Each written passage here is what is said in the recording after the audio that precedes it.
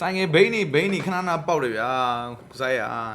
ရှေ့ရထိုးလိုက်နောက်ကထိုးလိုက်ထိုးလိုက်ဘယ်ကထိုးလိုက်ညာကထိုးလိုက်နဲ့โอเคရှေ့ရထိုးတယ်တက်ထိုးရင်ပြဿနာမရှိဘူးတာယာရောလေတာယာကိုဘေးကနေထိုးပြီးတော့မှပေါက်တော့တဲ့တာယာထဲမှာတာယာခဏဒိတ်ပြင်းပြီးတော့မှတားတယ်လဲရတဲ့ညီကိုတွေအများကြီးရှိပါတယ်ဘေးကနေထိုးဖားပြီးဆိုရင်ညာရုပ်ပြက်ဆင်းပြက်လည်းဖြစ်တယ်လှလည်းမလှဘူးပြီးရင်လေလည်းမလုံဘူးဆိုတဲ့ညီကိုတွေအတွက်အခုနောက်ပိုင်းမှာဖားတဲ့နီးအတစ်ရှိပါတယ်အဲ့လေးတစ်ချက်ကြည့်လိုက်အောင်โอเค